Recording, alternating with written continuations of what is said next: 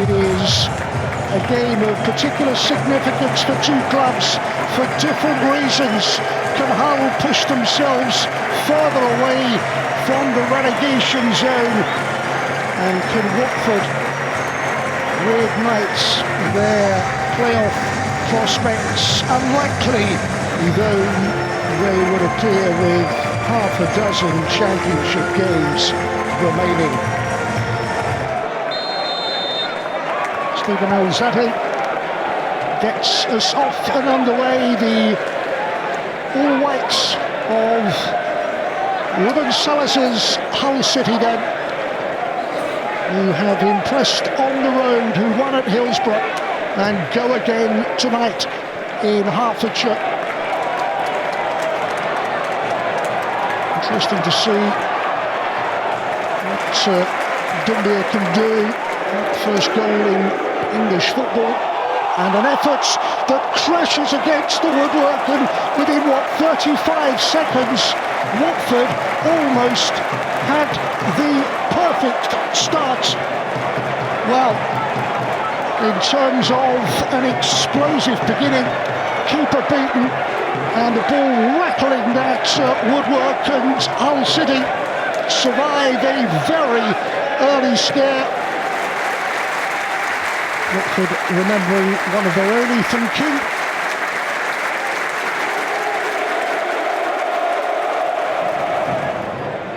And we go past the quarter of an hour mark. That explosive start from Cleverly's side, the effort from Kayembe that almost found a way through. Hull find themselves, they are well positioned with Crooks, who is back in the first team and just couldn't curl that in the intended target. The threat of Matt Crooks getting forward. Well, the one thing that you'll say with Matt Crooks is he's vastly experienced, especially in this sort of league. But one thing that he doesn't possess is great pace. You see he's isolated 1v1 against Mattie Pollock. Yes, he just comes inside, and there you see the stretch.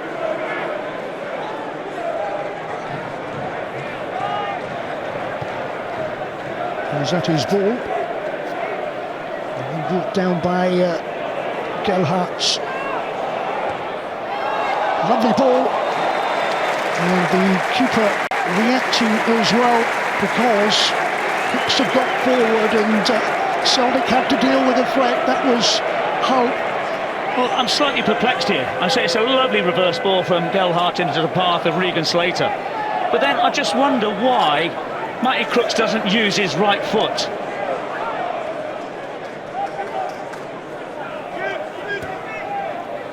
Jones's ball, and Graham Pedro not able to influence the game in the way that you would have hoped. João Pedro, Wiley, and Sissoko. Dealt with by Paul for a moment, but Sissoko is away. There's the cutback, and in the end, Panda across to make the necessary save, and Watford will feel they might have done better after that run and set up play from Moussa Sissoko. Well, firstly, Hull City were looking for a free kick, but Moussa Sissoko does really well. Crosses the ball into the path of Rocco Vata, but it just seems if he slips, doesn't he, at the end? Doesn't make clean enough contact.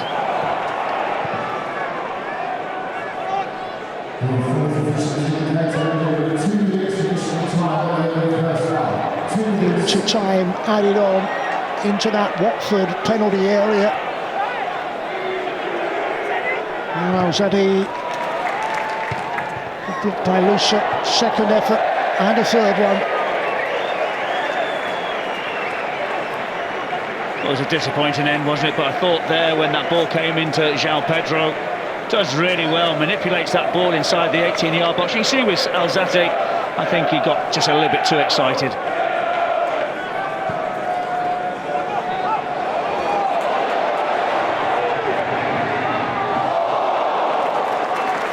Ngeki it was. He started the first half in explosive fashion, and Ngakia nearly did the same at the start of the second half. Well, I just wonder why he slowed down. I know he's trying to get himself set, but he can bring himself a little bit closer. Moussa and Kayembe. Kayembe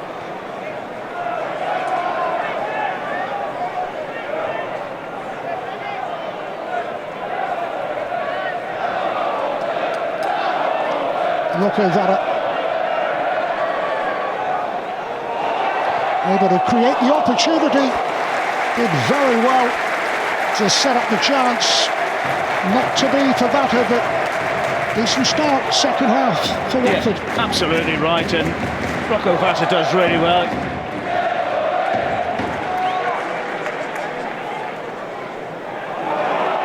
Mistake, and a costly mistake. Gelhardt away, and then Pedro, keeper saves. Hull's opportunity all stems from a defensive error.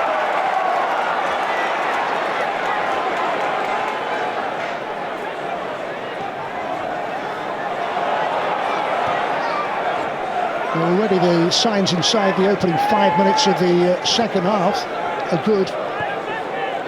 Bright start.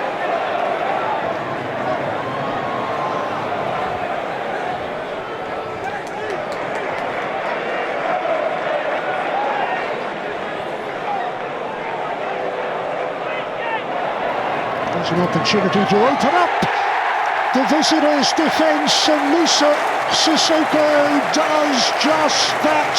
Early stages of the second half, and Sissoko is the player to make a difference and give Watford an advantage. It is a big blow for Hull City, who could have been in front. Instead, it's Sissoko with the Knights opening goal. Well, you have to say, technically, this is a great goal from Moussa Sissoko. Because when that ball does come in from that left-hand side, it's Rocco Vata who plays the ball into Caleb Wiley. And when he reverses that pass, all he's got to be thinking about is the little bit of contact. He doesn't need the pace on the ball. All he's got to be thinking is about the angle of the touch. There you see, he's already in mid-air. And the way that he's able to just angle his foot to take that ball past Panda was a great, great goal. Palmer. And Kumara, fullback, has got forward. There's the cross. And the header is a disappointing one in the end from McLaughlin. It was another decent opportunity for Hull City. Well, it was, and you have to say that Louis Coyle does really well. Stands that ball up towards the far post. Maybe this header should have gone back towards the other post where the cross came from.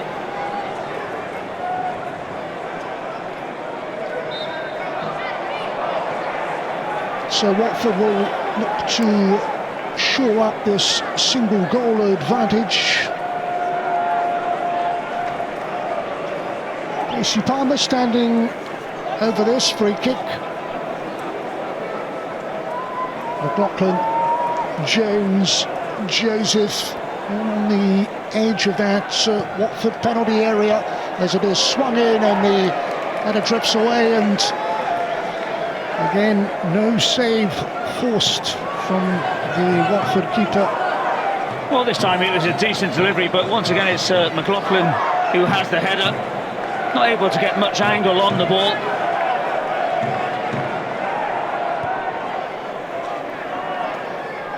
Jones forward. That's angle cross in. There's the header. And as we have seen so often, the trouble sold it from Joseph. Well, you have to say it's a decent ball in from Amrabat. It's a decent header, you have to say, from Carl Joseph. But once again, you have to say with Selvik, he's been very competent, hasn't he, in the goal.